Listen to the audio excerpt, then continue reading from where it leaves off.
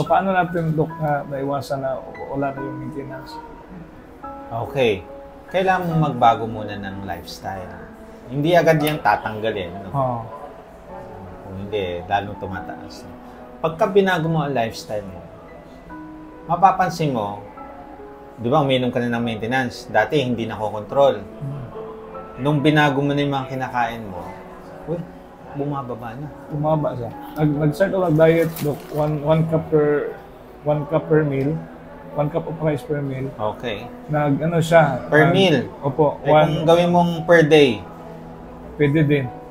1 cup to 2 cups per day. Tapos ang nangyari, Dok, ganito, bumaba na siya from 150, naging 130 to 120. Pero ang problema ko, Dok, yung over niya, 100, hindi bababa. Pa rin. Oo. Kailangan mo ng 2.2 liters fluids per day. So, 2.2 to 2.7 liters lang. Per day. Per day. Hindi ka pwede lumampas ng 2.7, hindi ka pwede bababa ng 2.2. Pag sumobra ka, sa atin, sumobra talaga. madu-dehydrate.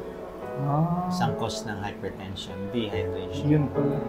Kasi daily, mga more or less 4 liters alay ako. Ay, nako. Eh, talaga. So, eto lang gagawin nyo. Tapos bawal ang puyat. Yan, Dok. Sa problema ko. Turn palagi off ako- all gadgets. Yan, silent na natin. Yung phone namin. Hindi, turn off. Silent na. Okay, ang makikita mo problema- pa yung umiilaw eh.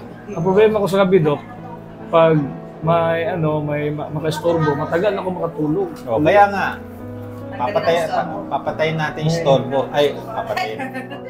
Iwasan natin. Papatayin natin yung cellphone para yung tumatawag na istorbo, hindi mamatay, kundi hindi lang makakontakt sa'yo. O, normal naman ECG mo. Opo. Okay sa akin ng CBC. Yung ano, Okay na yan, yan. Dok, yung uric ko, cholesterol, tsaka triglycerides ang laki. Ay! Oo. Bawal kang kumain mga pagkain sa labas. Mga toxic oil, mga seed oil. Tapos uric acid mo, Mataas. tanggalin mo ang prutas. Tapos dehydrated ka sa tubig. Oo. 1 month, luluwag ang damit. 2 months, mawawala yung siya. Yes.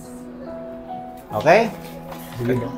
Dok, normal na ba yung magsakit yung ulo ko kasi kulang ng tulog, no? Kasi, Number 1, dehydration. Number 2, nag-extend masyado ng fasting. Number 3, tulog. tulog. Ayusin mo yung tulog. Tigilan mo ang kape. Hindi ako nagkakape. Okay. Very good. Ayos. Salamat.